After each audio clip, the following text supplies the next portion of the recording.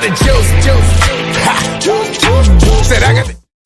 What's up? You're watching Still Got the Juice TV. And today, our featured guest, Conan! Yeah! YNBS, what up? What brings you to Still Got the Juice? Hey, shout out to my bro, Fresher. You know what I mean? He hollered at me, he was like, yo, pull up to over here to my podcast. I was like, yeah, let's do it, man. Let's make a movie. Happy to have you, and I definitely want to put people on. So from right now to the end of the conversation, they're going to be Conan fans, period. Yep. What I want to know is YVNS. YNVS. YNVS. Yeah. Like, is why envy success? Why hate on success? Why would you hate on Oh, so it doesn't mean anything? So that an abbreviation? YNVS. Like why envy success? YNV success. Yeah, there you go. You clever. That's the abbreviation right there. I like that. Okay. Why envy it when we doing so good? Why y'all hate it? So, fun fact, I realized you were named after your father's favorite movie. How does that legacy play into your personality and also your brand? I mean, because that was my name when I was at least 1 year old. So it's like, it was something that basically stuck with me throughout my whole life. You know what I mean? That's my name right there. I made sure that I made it my brand because, you know, everybody calls me that, to my families, the teachers, nobody really called me my real name growing up. Oh, we gonna find out your real name on camera. I wanna know. So growing up, I was like, why not name my rap name Conan? Because everybody calls me that. That's been my nickname since 1 year old. And you know, everybody gravitates towards that name, so I just stuck with it, ran with it, and built up on it. Okay.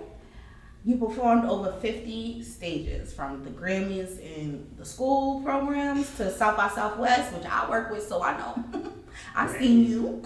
The Grammys in the school, wow. That was back in like high school. What? But you did that. Not a lot of people can say that. Right. And we was in Pace University. All right. We was high schoolers performing in the colleges. Okay. Yeah, so there was a bunch of competitions going on out there, and you know, me and my other partner, his name was Young Core at the time. We was called the Illuspitters. Okay. And we was rocking all the college stages, all the block parties, all the high schools, all the festivals. We had like anti-bully songs. We had a lot of things going on. You know what I mean? As a young teenager coming up in the Bronx. What's been your most memorable performance? It's a lot, wow. The one that stood out for me recently was the Apollo. Okay. But bigger than that to me though was opening up for Gucci Mane. Ooh. Because we performed at 2 locations with Gucci Mane. And you know, we was able to put on a great show. I was able to bring out Brooklyn from YNVS. I was able to bring out a couple fellas that I had records with, like D Chambers, TB, Who Better. So like, it was a dope experience to bring my friends out to a big stage, you know what I mean? So I think that was most memorable because we came deep, we had fun, we had merch. It was official, you know, it was a very memorable moment because everybody was involved. You've had influences that range from Wu-Tang to Big Pun. How do you balance paying homage to those legends while creating your own unique sound? One more time, repeat that. I said, you've got influences that range from Wu-Tang to Big Pun. How do you balance paying homage to those legends while creating your own unique sound? Well, definitely, I feel like growing up, I was a hip-hop baby. I'm the nephew of hip-hop. That's what I label myself, the nephew of hip-hop, because I was always around my dad in the industry with the legends, you know what I'm saying? Wu-Tang, the Big Pun, the T-Pain, the Fat Joe, you name it, I was around them. So it's like, that definitely influenced me because I was like a sponge.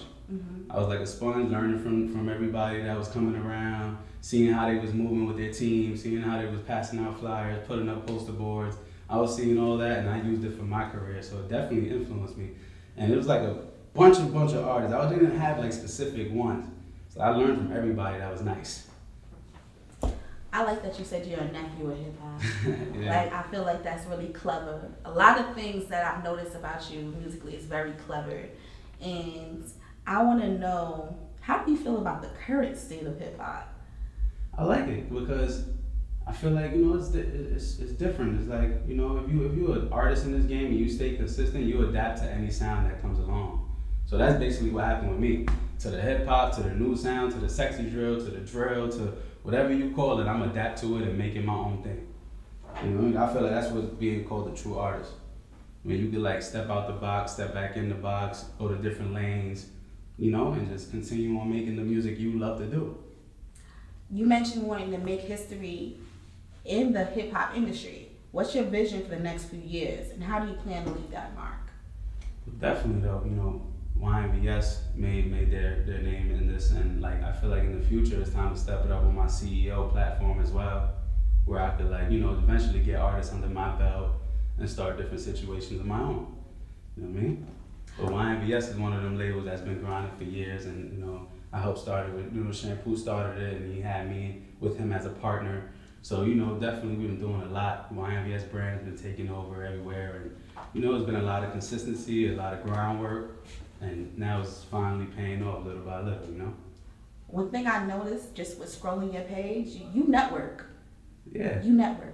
Yeah. Shout out to Sham. He always keeps me in the industry parties, always keeps me around the artists, always showing face, because that's important, man. You got to be outside with the people. That's it's not what I all want about you to say. social media.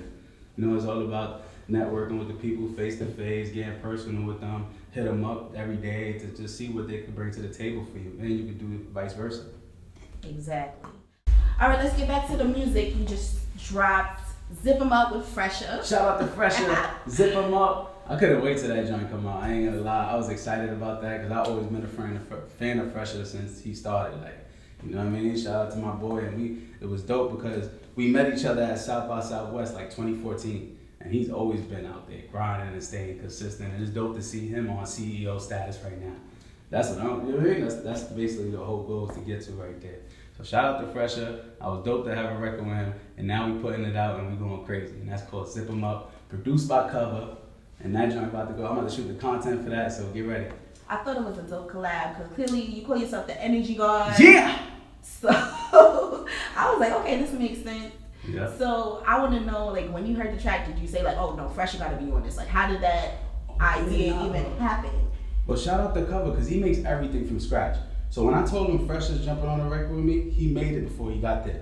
He's like, all right, cool, let's get this going. And I already had my verse written, and when Fresher came, he was like, I like that, I'm gonna get on that. He dropped the chorus and a verse on it. So I was able to get the chorus and a verse. I was excited. You know what I mean? But that's how exactly, it was fast process too. We both write fast, man. The chemistry was there, and it was a banger. So make sure y'all download that Zip 'Em Up. It's out on all platforms right now. You did a song for us, though. I still got the juice, so. Yeah, that one right there is out as well. It's called Late Night. Shout out to my bro Floss the Boss. He's the producer of that right there. We got a couple joints in the past, but he gave me a banger. Well, he actually made from scratch as well. I told him that's how I like working from scratch. Floss the Boss gave me that joint from scratch, and I wrote the joint right there and recorded it in his house, and he got it mixed and mastered, and now we ready to go.